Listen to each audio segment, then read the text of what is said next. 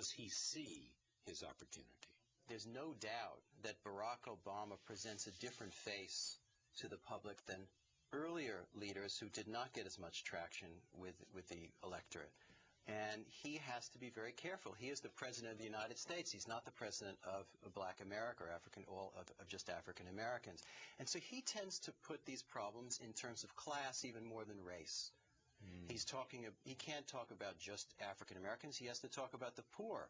And a lot of his critics think that, for a variety of reasons, he hasn't talked about the poor even enough in this last year. Right. But, you know, I think there's something else here, too.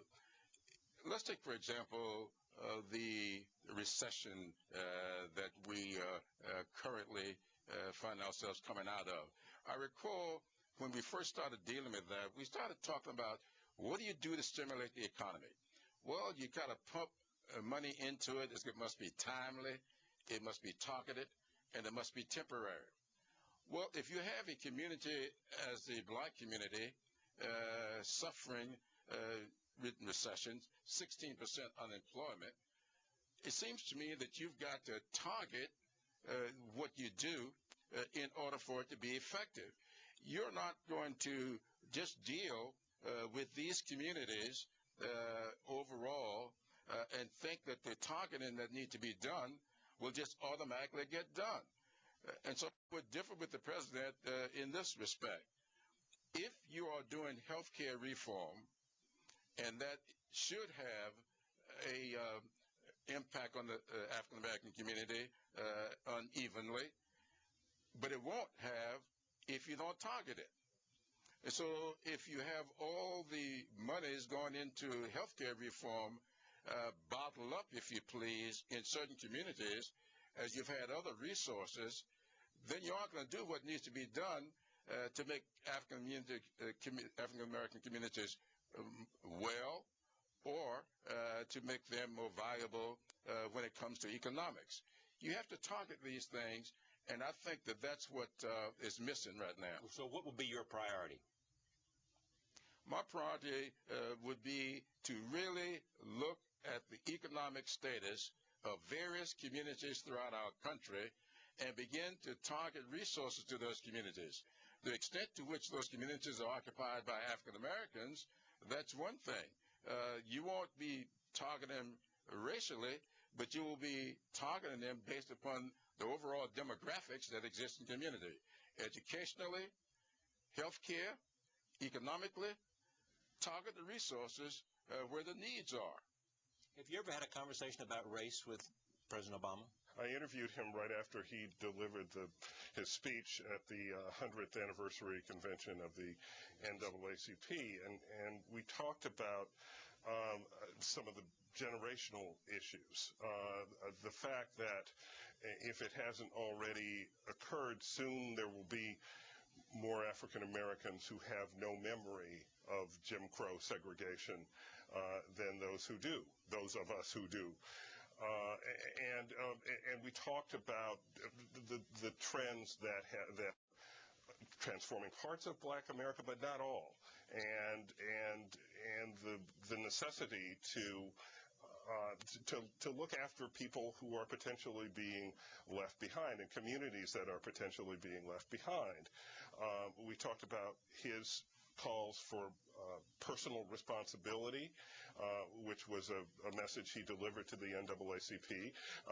He also mentioned that when he calls for personal responsibility, that seems to make the headlines, but the rest of the speech also talked about what government should and must do in order to give disadvantaged communities, disadvantaged Black communities, the opportunities that have been denied them for so long. So it was a pretty wide-ranging conversation, and these are obviously issues that he thinks about a lot. What do you think the agenda ought to be as we come to the end of this segment? Well, his agenda is just so stalled. Look at the things that are just stalled in Congress, primarily health care, but there's so many other things that it's got to be deeply frustrating. And he's not the first president to be frustrated in this way. It's got to be deeply, deeply frustrating to come to a point when you thought you had health care, which is, I would have thought, a magnificent achievement, not just for Black America, but for everybody. and to just see it stalled in this morass.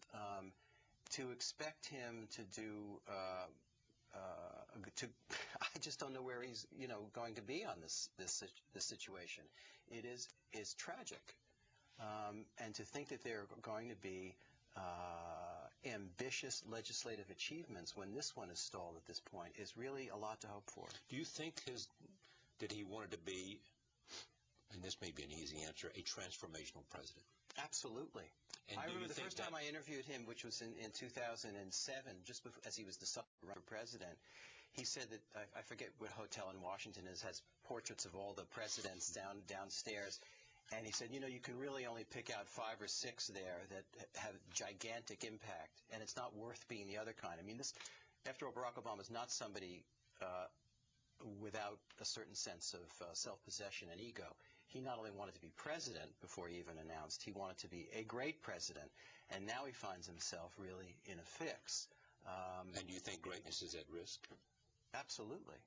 And you could argue about whose fault that is, but this is a presidency that began on the most magnificent day, truly a transformational day.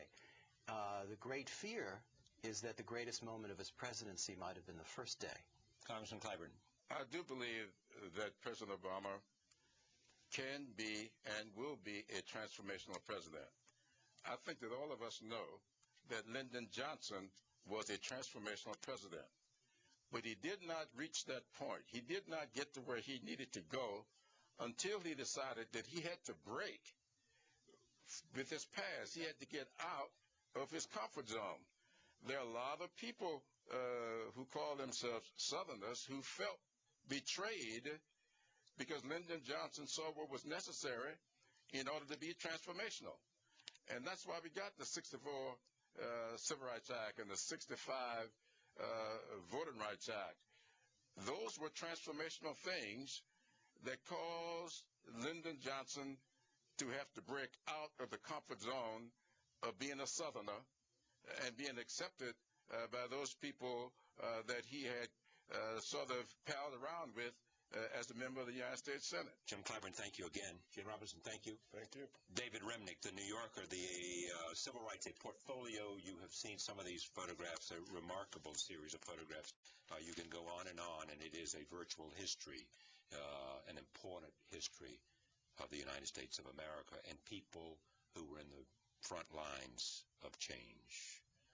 Back in a moment. Stay with us. As the countdown to the Academy Awards continues, we bring